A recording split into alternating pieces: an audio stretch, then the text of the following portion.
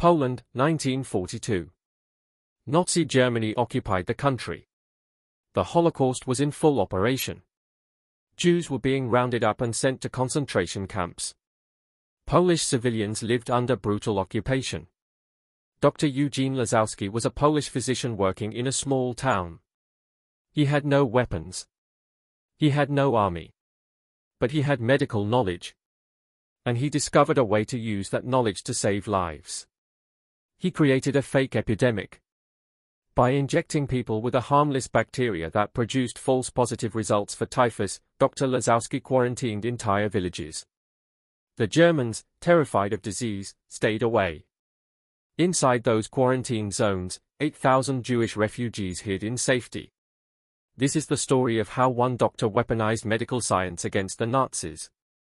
Eugene Lazowski was a Polish doctor who graduated from medical school just before the war began. When Germany invaded Poland in 1939, Lazowski served as a military physician. After Poland's defeat, he returned to civilian practice in a small town under German occupation. In 1941, Lazowski learned something interesting from a colleague. There was a bacterium called Proteus-OX19 that could trigger a false positive result on the Weil-Felix test, the standard diagnostic test for typhus fever. If you injected someone with dead Proteus-OX19 bacteria, they would test positive for typhus. But they would not actually be sick. The bacteria were harmless. The patient would show no symptoms. Yet their blood test would indicate they had a deadly, highly contagious disease. Lazowski realized the potential immediately.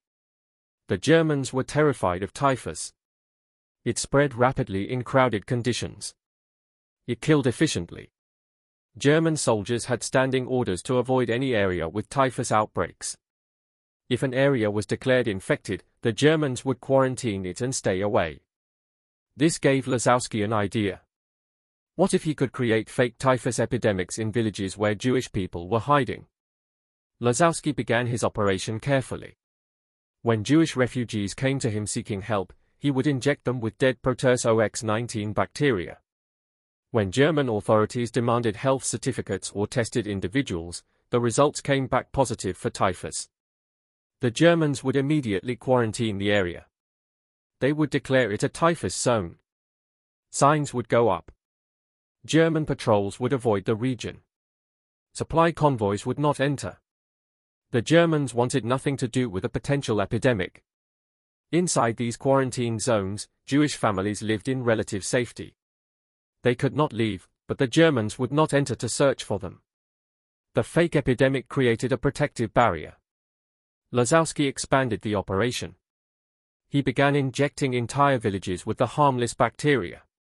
When German health inspectors came to test the population, dozens or even hundreds of people would test positive. The Germans would panic and expand the quarantine. The deception required careful management. Lazowski had to ensure that no one actually became sick. If the Germans discovered that people testing positive for typhus showed no symptoms, the fraud would be exposed. So Lazowski instructed people to stay out of sight during German inspections. If inspectors came, those who tested positive should remain indoors, pretending to be ill.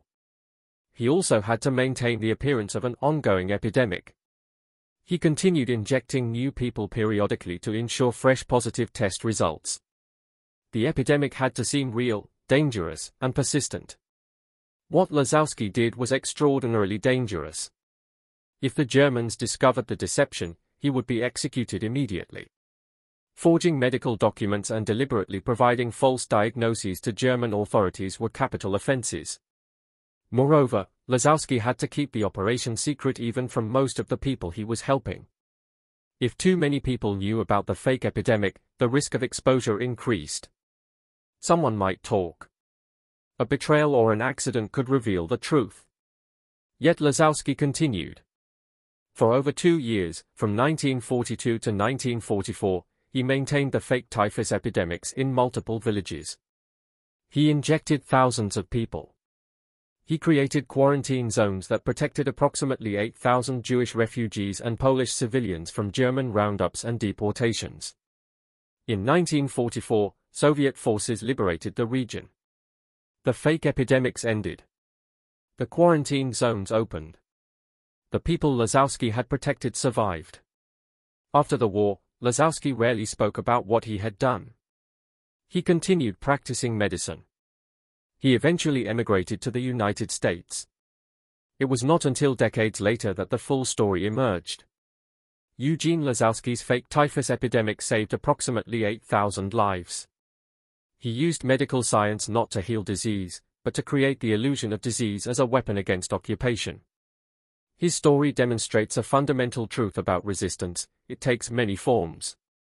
Not all resistance involves weapons or sabotage. Sometimes the most effective resistance uses knowledge, creativity, and deception. Lazowski saw a vulnerability in the German occupation, their fear of disease. He exploited that vulnerability brilliantly. He turned their terror of typhus into a protective shield for thousands of people. After the war, Lazowski was recognized for his actions. Israel honored him as righteous among the nations. Poland awarded him national honors. Yet he remained humble about his wartime actions, saying simply that he had done what any doctor should do: protect life. One doctor. One medical insight. 8,000 lives saved. Eugene Lazowski created an epidemic that never existed and used it to protect people the Nazis wanted dead.